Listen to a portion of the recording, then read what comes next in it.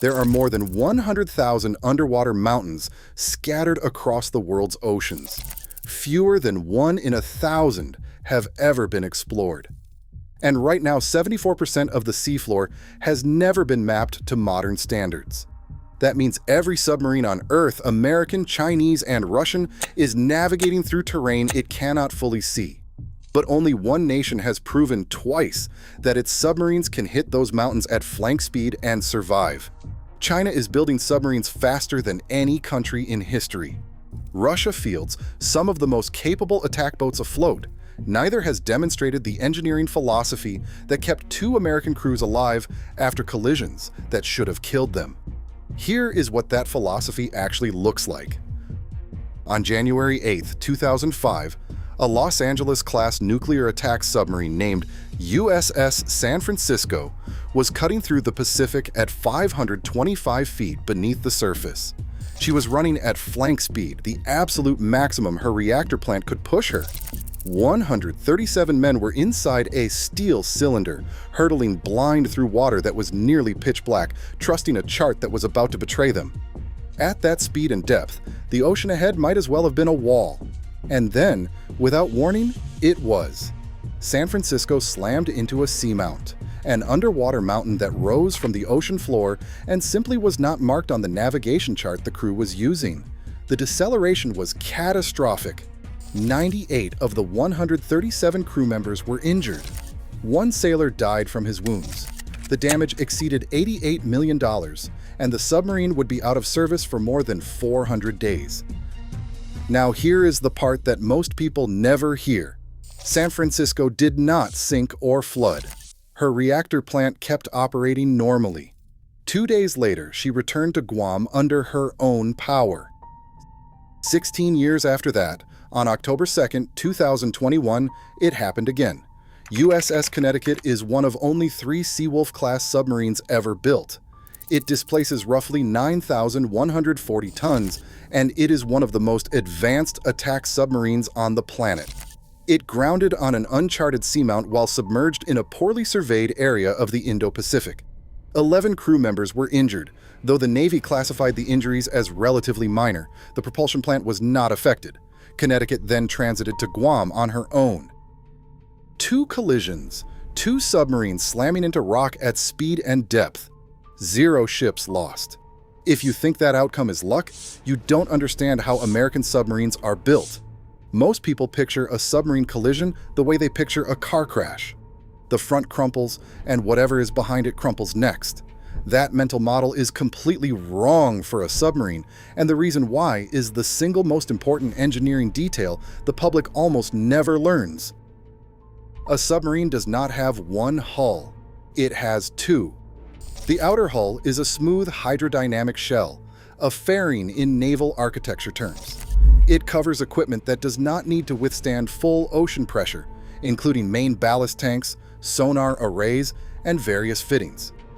According to United States Naval Academy reference material, the outer hull uses materials like mild steel or fiber reinforced plastics.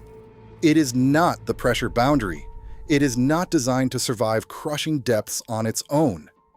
The pressure hull is a different animal entirely. It is the thick, high-strength steel cylinder where the crew lives, where the reactor operates, and where every critical system resides. The pressure hull is what holds back the full hydrostatic force of the ocean at operating depth. It is the line between life and death. When San Francisco hit that seamount, the bow was devastated. Photographs that later became public showed a submarine that looked like it had been punched in the face, but early press reporting confirmed a critical fact. The hull was intact, and the reactor plant was operating normally. The damage that looked apocalyptic from the outside had occurred in structures that were not the pressure boundary. Think of it this way, you are looking at the wrong hull. The outer hull absorbed the collision energy. The pressure hull, the one that actually matters, held. And because it held, the crew had something that physics almost took from them: time. But here is what makes these collisions so terrifying in the first place. A submarine running submerged cannot see a mountain coming the way a surface ship might spot an iceberg. There is no periscope view of the seafloor rushing toward you. Submarines navigate using inertial systems, depth soundings, and charts. And those charts are only as good as the surveys behind them. The Navy's own command investigation into the Connecticut grounding states it plainly. Chart accuracy depends on the quality and scale of hydrographic surveys. Large blank areas and the absence of depth contours generally indicate a lack of soundings, not a lack of features. The investigation warns that operations in areas with sparse soundings should be conducted only when required and with extreme caution. Parts of Connecticut's operating area had simply never been surveyed for bottom depth. San Francisco's case was arguably worse. The seamount she hit was not annotated on Chart E2202, which was the chart being used for navigation. But other charts in the submarine's own inventory, including Chart 81023, did show hazard indications near the intended track. The Navy's endorsement specifically calls out a discolored water feature on the better chart that sat only a few nautical miles from where the grounding occurred. The information existed, it was aboard, it was not used. Now zoom out from those two submarines and consider the scale of the problem. The National Oceanic and Atmospheric Administration estimates that the number of seamounts at least 1,000 meters high, that is over 3,200 feet, exceeds 100,000 worldwide. They exist in every ocean basin. Fewer than 0.1% of them have been explored. As of the 2024 GBKO Global Grid release, only 26.1% of the world's seabed has been mapped to modern standards. Most of the ocean floor is still a blank spot on the chart. That means a submarine does not need an incompetent crew to hit a mountain. It just needs speed and an incomplete map. Incomplete maps are not the exception, they are the norm. If you are finding this valuable, take a second to subscribe and hit that like button. Over 98% of viewers watch without subscribing, and it costs you nothing, but it directly helps us bring you more deep dives like this one. Now let's get into the engineering that actually saves lives. When a submarine hits something at depth, survival comes down to one race: can the crew restore positive buoyancy before the ocean wins? That race plays out through a system most people have never heard described in detail: the emergency main ballast tank blow. Here's the concept in its simplest form. The Smithsonian Institution explains in its submarine exhibit material that ballast water is what controls a submarine's depth and trim. To dive, a submarine floods its main ballast tanks with seawater, making the ship heavier than the water it displaces. To surface, compressed air blows that water out of the tanks, restoring buoyancy. It is elegant physics until something goes catastrophically wrong. In San Francisco's case, the emergency blow sequence is described in released investigation material with rare public specificity. An emergency blow was ordered and actuated. High-pressure air from air banks 1, 2, 4, and 5 was directed into the main ballast tanks, forcing seawater out and driving the submarine toward the surface. After the ship broke the surface, low-pressure blowers were used to expel residual water still sitting in the damaged ballast tanks. That sequence sounds orderly on paper. In reality, it happened inside a submarine where 98 people were injured, where unsecured equipment had become projectiles, where men were picking themselves up off steel decks in passageways that had just become bowling alleys. The emergency blow worked not because conditions were controlled, but because the system was engineered to function under exactly those conditions: shock, confusion, damage. Connecticut's sequence tells a similar story with its own chilling details. The command investigation records that at 0619 Zulu, the ship reached an up angle of 31 degrees. The collision alarm was sounded. Watchstanders stood by to conduct an emergency main ballast tank blow. Then came a moment that could have ended differently. The ship's speed dropped to approximately 0 knots, and depth began to increase. The submarine was sinking. At 0624 Zulu, with depth at 74 feet and increasing, the commanding officer ordered the emergency main ballast tank blow. Orders followed to prepare a low-pressure blow on all main ballast tanks. The ocean does not care why you hit it. It only cares whether you can make the submarine lighter, fast. And this brings us to something that runs deeper than any single emergency procedure: The reason American submarines survive these collisions is not one system. It is a philosophy, and it has a name: Subsafe.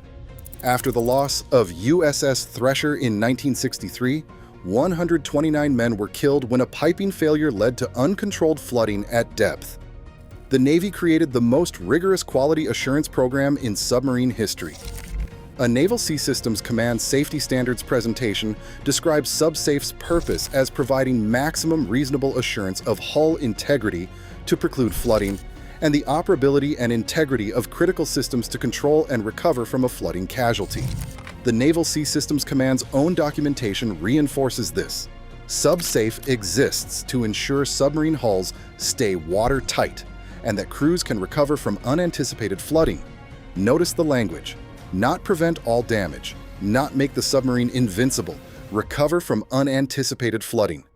Subsafe is built on the assumption that something will eventually go wrong and that the submarine must give its crew the time and tools to fight back. That philosophy echoes across every weld inspection, every valve test, every hull certification in the American submarine fleet. And it is a philosophy that no adversary has replicated at the same scale. China is building submarines faster than any nation in history. Their fleet has grown to over 70 submarines and continues to expand, but Western intelligence assessments consistently note that Chinese submarine quality assurance and acoustic performance lag behind American standards by at least a generation. Russia's Yasin M class is a genuine technical peer in many respects, but its industrial capacity to maintain Subsafe equivalent rigor across the fleet has been gutted by sanctions and economic decline. The gap is not just in hull steel. It is in the institutional discipline that decides whether that steel holds when it matters most. But survival in the first minutes is only half the story. What comes after a collision reveals just how punishing these events are, even when nobody sinks. San Francisco's repair saga borders on the unbelievable.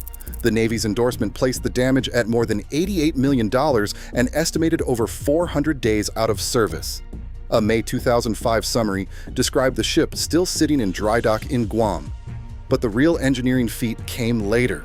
Shipyard workers cut over 1 million pounds of forward ballast tanks and sonar sphere structure from the decommissioned USS Honolulu and grafted it onto San Francisco, moving that massive assembly into position to within 1/16th of an inch of tolerance.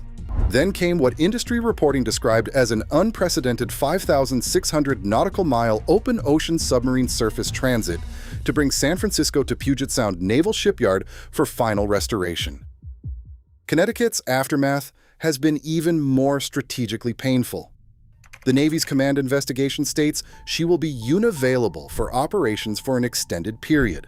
Reporting based on Navy statements indicates Connecticut is not expected to return to service until late 2026, extending her absence beyond 5 years. 5 years without one of only 3 Seawolf-class submarines in a Pacific theater where the Navy already says it needs 66 attack submarines but fields roughly 50. Every day a submarine sits in dry dock instead of on patrol is a day the strategic math gets worse. China is not waiting. Their Type 095 attack submarine program continues to advance, and their shipbuilding infrastructure can produce hulls at a pace American yards cannot match. When a collision takes a Seawolf out of the fight for half a decade, that is not just a maintenance problem, it is a strategic gift to Beijing. And that is precisely why the Navy has spent the years since San Francisco building procedural walls to prevent the next collision. The Connecticut investigation documents the evolution. After the San Francisco grounding, the submarine force developed the Commanding Officer Safe Operating Envelope, called COSOE, in 2007 as a formal method to communicate operational intent. COSOE layers consist of speed and depth limits tied to navigation confidence and what the investigation calls red and yellow sounding tripwires. A red sounding is defined as half the yellow sounding, or 100 fathoms, whichever is less, and when a red sounding triggers, it demands immediate and assertive action by the officer of the deck to keep the ship safe from grounding. The investigation also identifies 3 fundamental causes for submarine groundings: grounding on uncharted hazards, navigation error chains, and watch standing failures. San Francisco suffered from all of them. The endorsements criticize operating at maximum speed without sufficient navigation risk mitigation and failing to use all available navigation information, including charts that were aboard and showed the danger. Connecticut proved that even with COSOE in place, the underlying problem persists. If the mountain is not on any chart, no tripwire can warn you in time.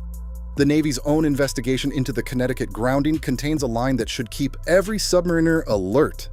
A grounding at this speed and depth had the potential for more serious injuries, fatalities, and even loss of the ship. That is not a dramatization. That is the United States Navy, in an official command investigation, stating plainly that survival was not guaranteed. Here are the three truths this story leaves us with. The ocean floor remains incompletely mapped.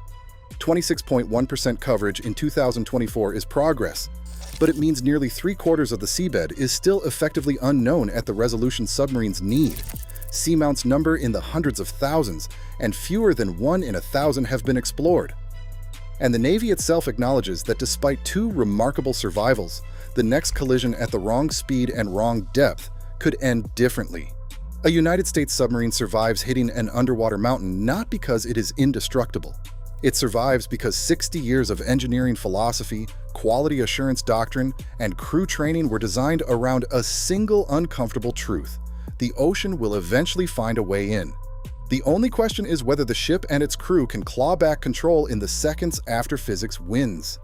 The men and women who serve aboard these submarines know that truth every time they go to sea. They trust the steel, they trust the procedures, they trust each other. And so far, that trust has held. If this changed the way you think about submarine engineering, subscribe and turn on notifications. Next week, we will go inside one of the most classified spaces in the American submarine fleet. You do not want to miss it.